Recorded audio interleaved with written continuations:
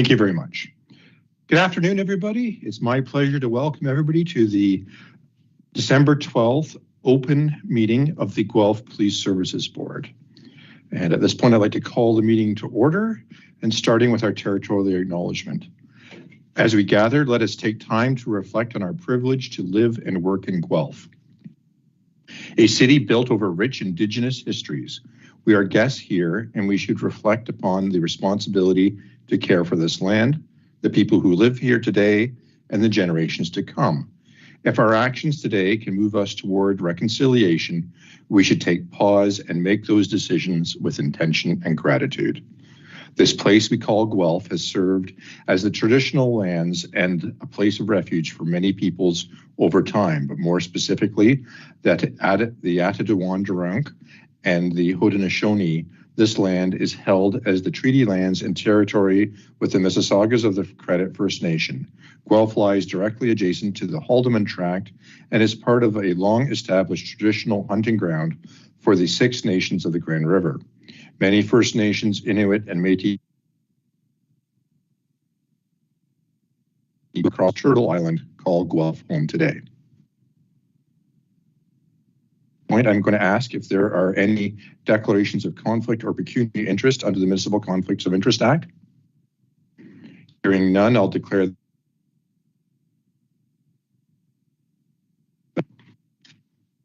next item is going to be can I have an approver and a seconder of the agenda?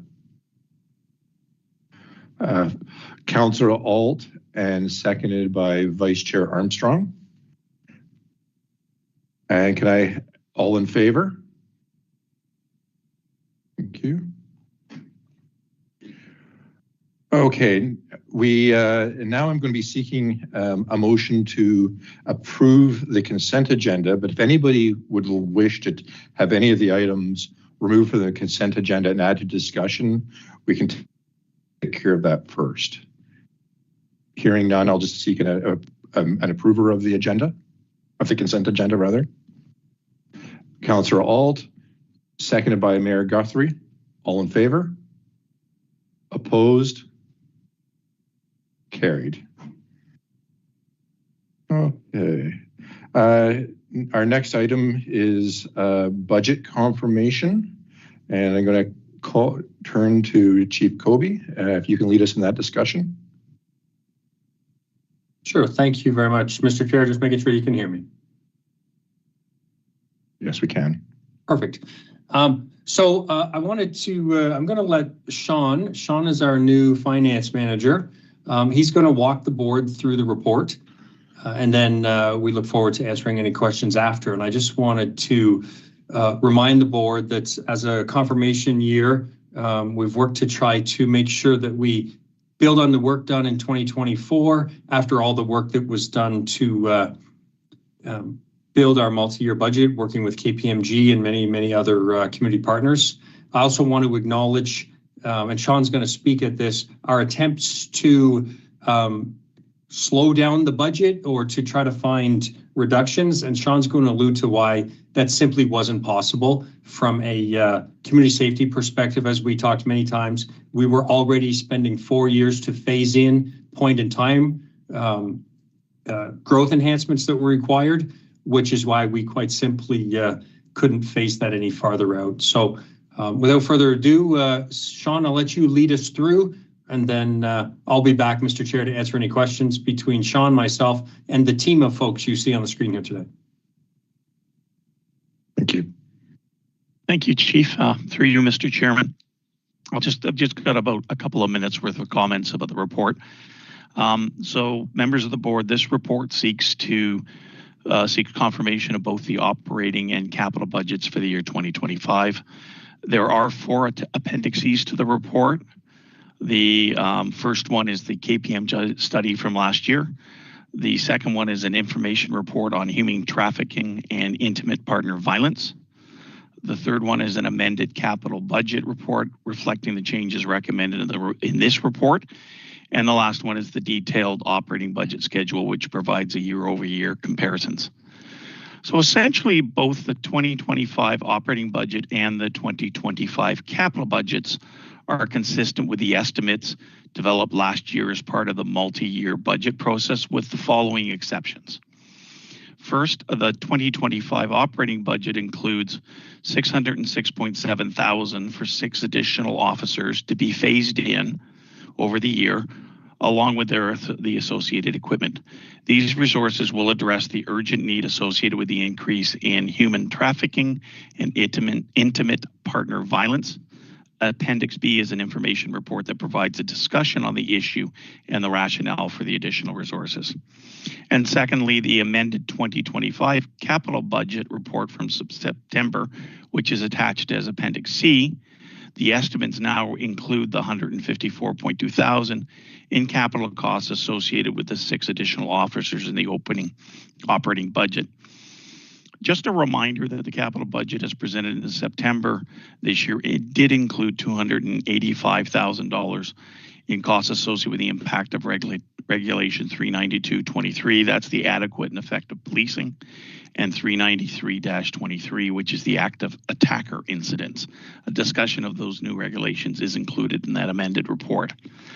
So with these changes, the impact of the operating on the tax rate is 1.51%, which compares to the original impact of 1.32%. This is representing an increase of about 0.19% as compared to the original approved budget. I'll just highlight now a little bit about the preparation of the budget. During the preparation of the budget report, a detailed review of the budget estimates was undertaken. Since over 90% of the budget is committed and any reductions would have an unacceptable impact on service levels, no reductions were possible. However, the review did confirm that the salary and benefit estimates were reasonable and no change to the budget were made, other than the addition I mentioned. Some risks still exist as far as the benefits are concerned. However, reserves and other mechanisms are in place to address the risk. Changing circumstances was the other thing that was reviewed, the new provincial regulations and the urgent need for the investigative resources to address the human trafficking and intimate partner violence issues. These are the reasons for the change in the budget as far as the amendments to the originally prepared 2025 budget. Just to wrap up, as indicated in the report in Appendix B, the need to address the issue in human trafficking and intimate partner violence is confirmed by the increases in the national, provincial, and local indicators, which highlights the increased occurrences of both human trafficking and intimate partner violence. I'll just make one final comment, which is just to reiterate the Chief's comments about the budget overall. There is risk in this budget, which we believe to be balanced. And you're preparing a year's worth of expenditure estimates, and you have one basically opportunity to get it right. We will use the monthly and quarterly variance reports to monitor it as the year progresses. But as I say, there are various risks. They're highlighted in the report, but we believe this is a balanced submission. So I'll just thank you for your attention right now, and I'm happy to answer any questions. And as the Chief mentioned, any of the more technical questions, etc., we have the appropriate staff in place to answer those questions. So thank you. And through you, Mr. Chair, I just kind of had some context to add, and then if you're good, we could open it up for questions then. Perfect. Yes, please. Sure. I just wanted to kind of reiterate under the budget context piece in the budget report. When we did, so the external review completed by KPMG identified urgently needed resource enhancements to address GPS resource deficiencies based on the needs of the community. This deficit was noted to be negatively affecting service delivery and member wellness. And I think it's important to reinforce that to mitigate the associated costs, the multi-year budget phased in the required enhancements. While the strategy does lessen the cost impacts, several significant risk areas were noted then, and I'm just noting them again today as a result of the continued staffing shortages. And those include response time impacts, service delivery, clearance rates, overtime, member wellness, etc. And so I just want to kind of paint a bit of a picture in the sense that in 2023, we were given point-in-time recommendations, And to be mindful and respectful of the affordability considerations, we phased those in over 4 years. So that essentially meant that we would be in 2027 where we should technically have been in 2023. The budget you have today slightly accelerates that, so that essentially sometime into 2026 will be where we should have been in 2023. And one of the key risk areas that I wanted to highlight is we're still going to have to continue to find ways, for example, like the 5 resources that have been downtown for the last couple of months. And in my open report, I'm going to give you an update on the results in relation to that. But that unit's not funded. So we're having to, whether it be overtime or gapping or other areas, that's how those 5 folks are being able to support the downtown the way they have so much in the last 2 months. So there's still risks here, but we're still trying to be respectful of the affordability considerations. And with that, Mr. Chair, I'll open it up and then get to direct questions. Okay, are there any questions or comments from members of the board?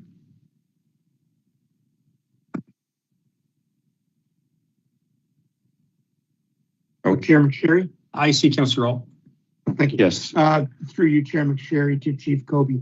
Thank you. You actually framed my question very well without me asking it, but I am going to just raise a couple of issues.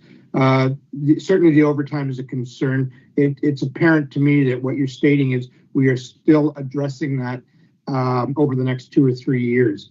The other thing that I heard very clearly is that a priority of human trafficking, and I presume also domestic family violence, so on and so forth, is equally a concern. Then there's the question of neighborhoods. I heard you mention that the downtown is being staffed by overtime. Are there other target neighborhoods that are being addressed and being focused upon using overtime or using other resources? Through you, Mr. Chair. Thanks for that, Councillor Roll. Yes. So virtually every neighborhood is being supported by overtime. If I start with the downtown team that's been very active, so we've pulled from other areas to address that, and we're committed to keeping that team active as long as possible.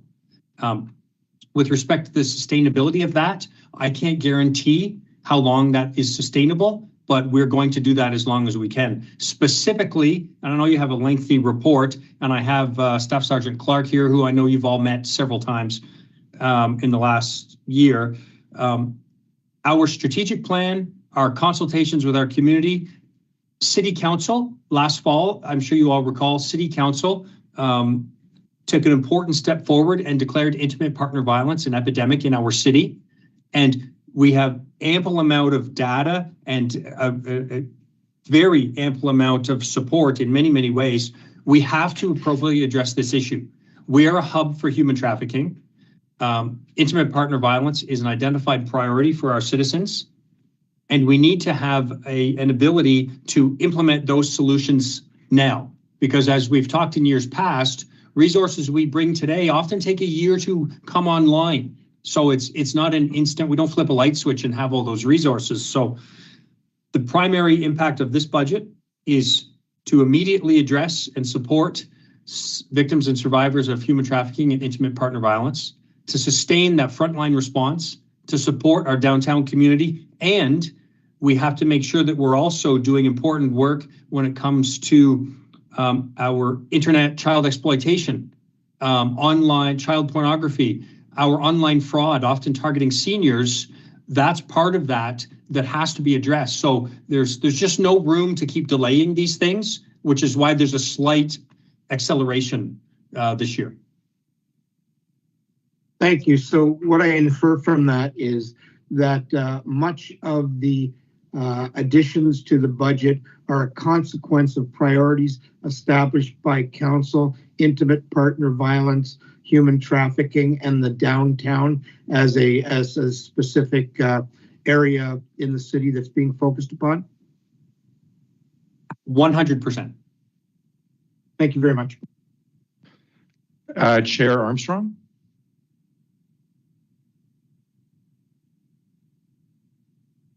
vice chair, but anyway. Sorry. But, Give me a promotion. no, so thanks very much. Appreciate it. I just want a bit more clarification. When I look back at the KPMG report, certainly human trafficking and intimate partner violence is identified as an area of needed additional capacity. And I believe the report recommended bringing back a resource from a secondment with a placement in Waterloo, and then adding an additional constable. And I just want to understand the 6 constables that are being proposed now. I take it from the materials, these are targeted towards the human trafficking issue. So are these in addition to what the KPMG report is proposing? And if you could just clarify for me why is, I take it's the priority now that's been established by council, and are we getting an indication that the issue is even worse than what was identified by KPMG? So I would say this budget allows us to accelerate the recommendations identified by KPMG with an enhanced focus based on the work that was done on our strat plan and the priority of council, specifically on human trafficking and intimate partner violence. And I think what we have to acknowledge, and Mel, I'll come to you in a second here. Our discussions with respect to human trafficking and intimate partner violence, as a community, it's time we recognize human trafficking is not becoming a problem. It is a very, very well-established problem that I think we have had a much greater appreciation just to the extent of that in the last 12 to 18 months. And I know you noted in your report, but year to date, we've already had more files being investigated this year to date, than all of the last year. And in a very concerning trend is the age of the victims of human trafficking. Is like it is our young women and girls who are often being targeted for this. So Mel, do you have a couple highlights from your perspective, that insight that you think the board should have? Yeah, I think just in agreement with you, Chief, it's not a new problem. We're just recognizing it, I guess, more. And with the additional resources, we're able to police it more. You'll see higher stats because we're spending that time with the education, with getting out there and looking for it, with our front line being educated. So that's where you're seeing it. So it's not a new problem, and we will be able to police it with the additional resources just that much more effectively and that much more efficiently.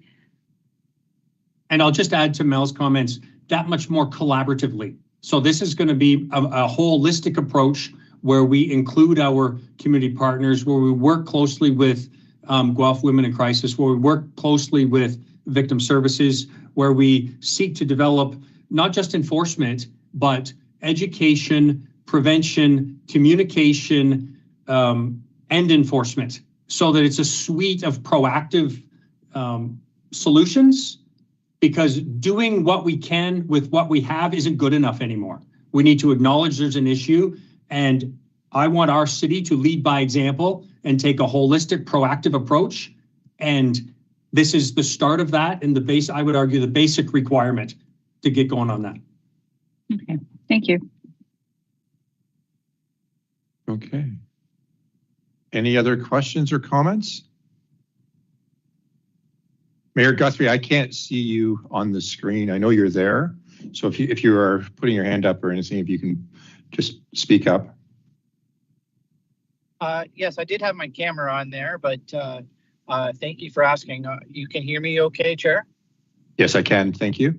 Okay, thank you. Many of my questions were actually already asked by Councillor Alt and Vice Chair Armstrong, but I did want to just get some clarity about the funding, the extra funding that the chief and the operations is asking for dedication towards intimate partner violence and, child exploitation and so on, which nobody would discount at all. Does the funding, though, basically make it so that you can start hiring people halfway through the year? And would more funding enable you to hire quicker? Well, short answer, we have phased it in based on the speed at which we could onboard folks. I'm going to let Sean turn your mind to that based on expenses. To what degree do you think, if we were to respond to the mayor's question? Through you, Chair. The estimates were based on average 6 months of a fourth class constable being on board. So in some cases, maybe we bring them on earlier or we bring them on later. And the thought process was really just to match the capacity to put them through OPC and to utilize them and train them. So that's really where that 6 month average came from. There's definitely potential to move it faster, but again, the restriction isn't how fast we can hire. It's that external training. So, again, we thought the 6 month was a reasonable average and a reasonable estimate, given the busyness of the school, et cetera. I hope that helps. And I'll just follow that up through you, Mr. Chair, to Mr. Mayor. We would, if we had the opportunity to on more people faster, we would absolutely try to do that. Okay, thank you. So I just thank you, and through you, Chair, I just want to give a hypothetical.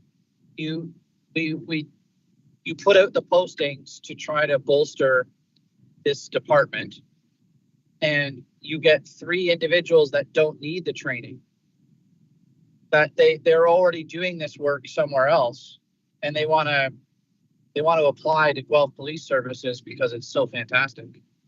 And so I just want to make sure that why do we have to tie the funding to the police college and the training if you're looking for people that are already meeting the job description requirements that might be able to be hired sooner?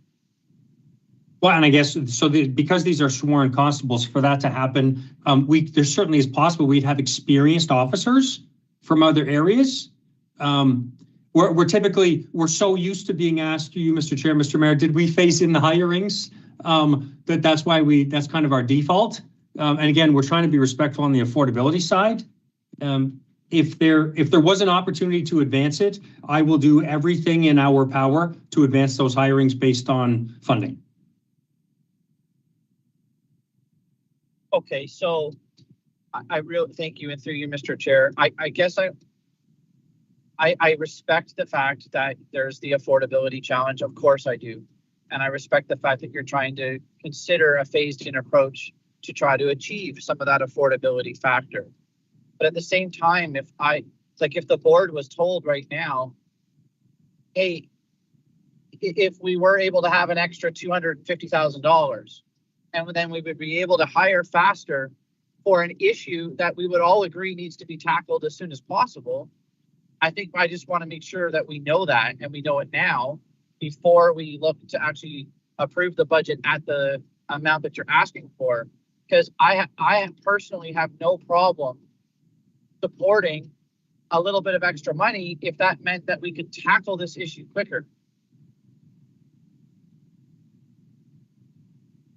Well, we would certainly appreciate that support. And Sean, I'm looking at Sean, and I guess through you, Mr. Chair, Mr. Mayor, is it better for Sean to give you a number, or do you have a number in mind, Mr. Mayor?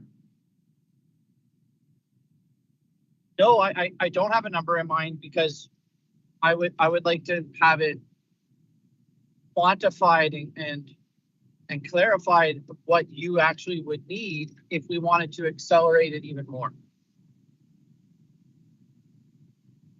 Sean? Through you, Mr. Chair. If you wanted to change the assumption, so it's I'm going to say 11 months. I think you're looking at roughly another. These are on 6 officers, and assuming that we would be bringing in maybe a few of them as full-time first-class constables, we're probably looking at anywhere between 200 and 250,000 that would be the direct additional costs of accelerating them. Just again, the qualification is like with every budget estimate, it just comes down to circumstances, and if we are successful bringing in more seasoned individuals. But that would be roughly what I would suggest if that's what the interest is. And of course, we would monitor that throughout the year to make sure that we are utilizing it for that. So if that assists at all. Thank you. Okay, well then I'm just going to get right to it. I would rather you have the extra funds to have the ability to onboard quicker on an issue that we obviously want to attack. And if that doesn't come to fruition, then we would have a positive variance to show that at the end of the year. So I will move a motion that an extra $250,000 be added to the 2025 confirmation budget.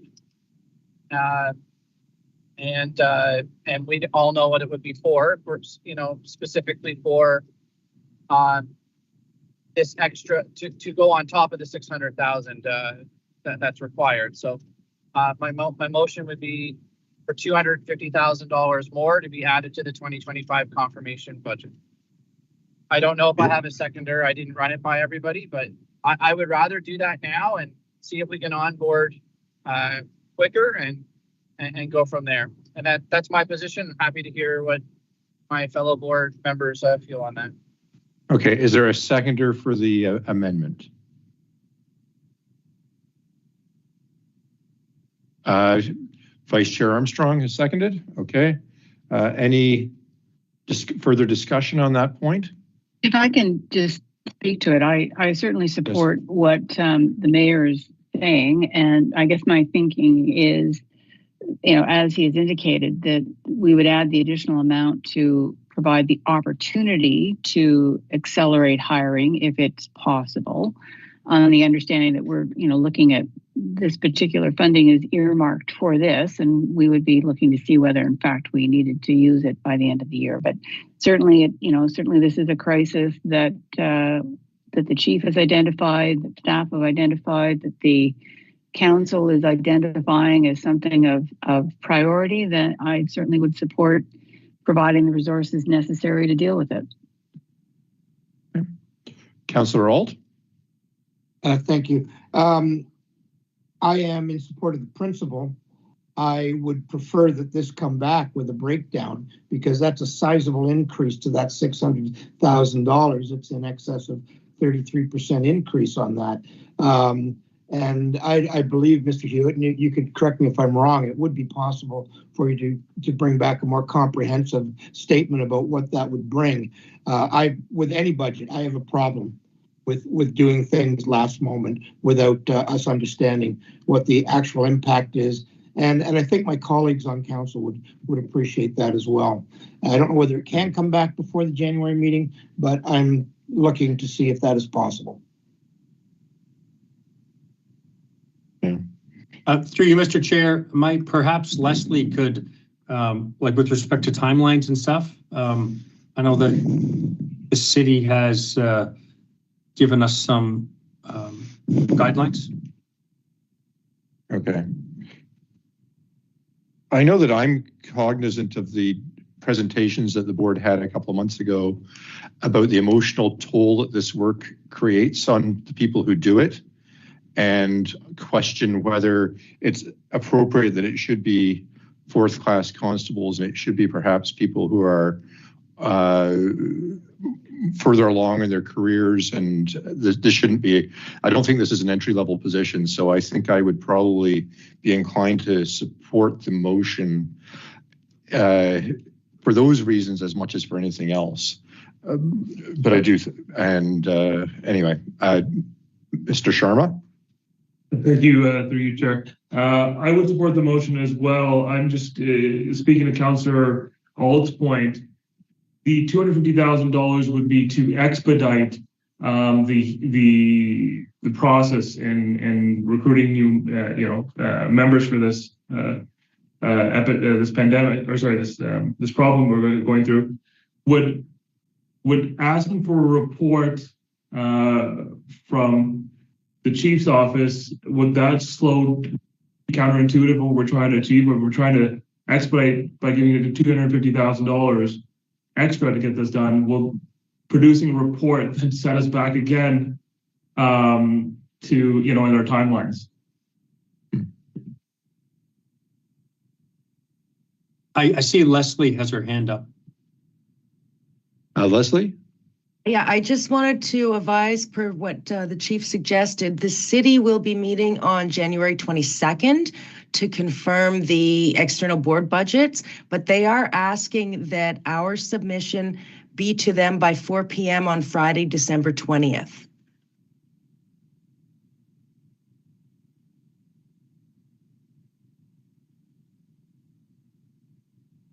Sean? Okay. Sorry, Mr. Chair, I don't know if you can see Sean.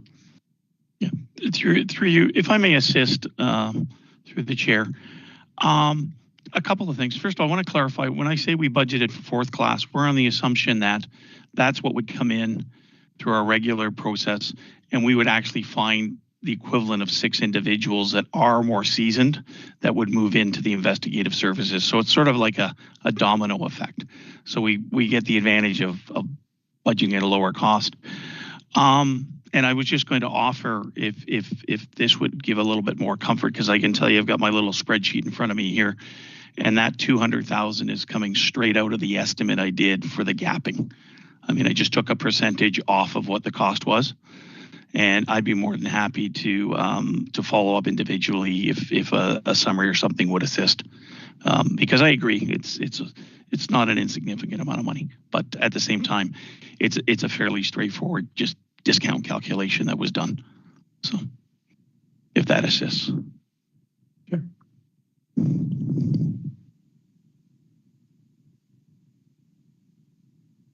Okay, so we have a motion on the floor to increase the proposal to amend it to increase it by $250,000. So, and that would be, we're looking for a motion here that the Guelph confirm the 2024-2027 operating budget as submitted in Appendix D with net spending of $66,972,764 in 2025, plus the additional 250,000, and then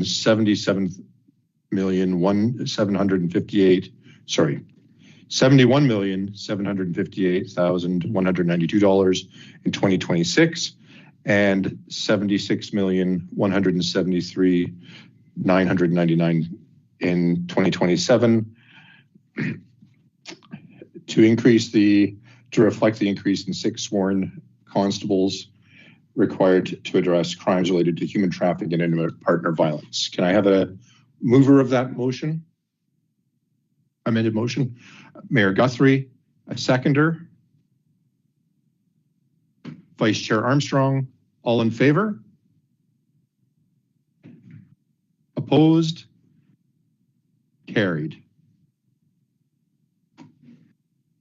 Okay, the next motion that would flow from this is we need a motion to amend the capital budget submitted at its September 19th, 2024 meeting to increase the 2025 estimate by $154,200 to include the capital costs associated with the additional 6 sworn constables required to address crimes relating to human trafficking and intimate partner violence.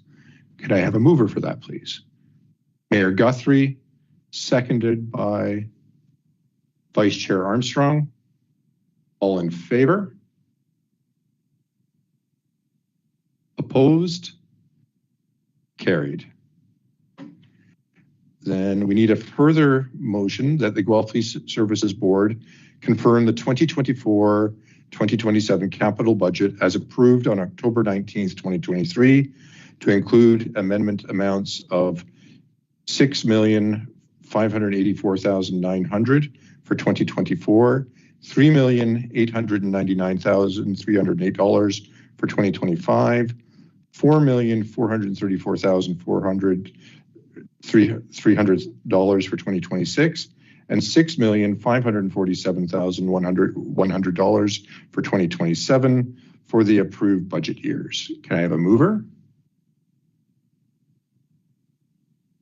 Moved by Mr. Sharma, seconded by Mayor Guthrie. All in favor? Opposed? Carried.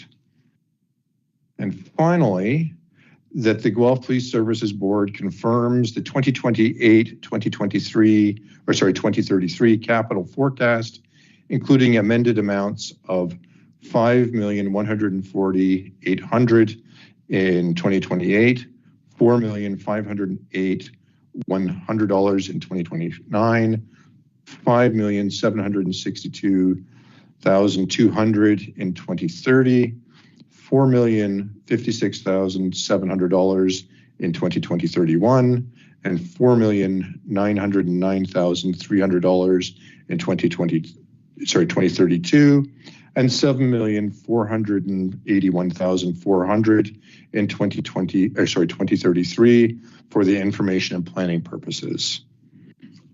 Do I have a mover? Vice Chair Armstrong, seconded by Mr. Sharma. All in favor? Opposed? Carried. And I guess I final motion that the board forward this information to the City of Guelph for their information planning purposes. Moved by Mr. Councillor Alt, seconded by Mayor Guthrie. All in favor? Opposed? Carried. Okay, is there any new business for the board? Hearing none, I'll declare that item closed. Our next open meeting will be Thursday, January 16th at 2:30 via Teams. Through you, Mr. Chair, I think the mayor had his, I don't mean to interrupt you, but maybe you can't see him. I think the mayor might have had his hand up. Sorry, Mr. Mayor, if you didn't. Sorry. Mayor Guthrie? Oh, sorry. Thank you, Chief, and to through you, Chair. Just before we got off the whole budget motions, I just wanted to say a quick comment of thanks to the staff. John, I know you've kind of been thrown into it as well, but your predecessors and the senior leadership team for bringing this together. And I know that this is a difficult time with, with the budgets and affordability, but we cannot sacrifice the safety of our community. The investments that have been made year over year over year are showing the results that we need in our community by becoming a safer community, a police service that is responding faster, that is making a better, more positive impact in the community. And we cannot sacrifice that at budget time. We have to not just maintain, but we have to excel and accelerate more safety options in our community. That is 100% what our community is asking for. And so I know that these are things to do, but we have to continue to support our police, and I'm thankful to you with your leadership, Chair, and that of the board over this last year, including the vote that just happened right now around the extra investments that I think are fully warranted for the things that we want to try to tackle and for the people that we care about, most vulnerable in our community, for those things. So thank you for all the work that you've done and the entire police service this past year. It's been wonderful. So thank you, Mr. Chair. Thank you, Mayor Guthrie. And yes, thank you to the chief and to all who have put the hard work into helping us with these presentations and these proposals and serving the community. Thank you.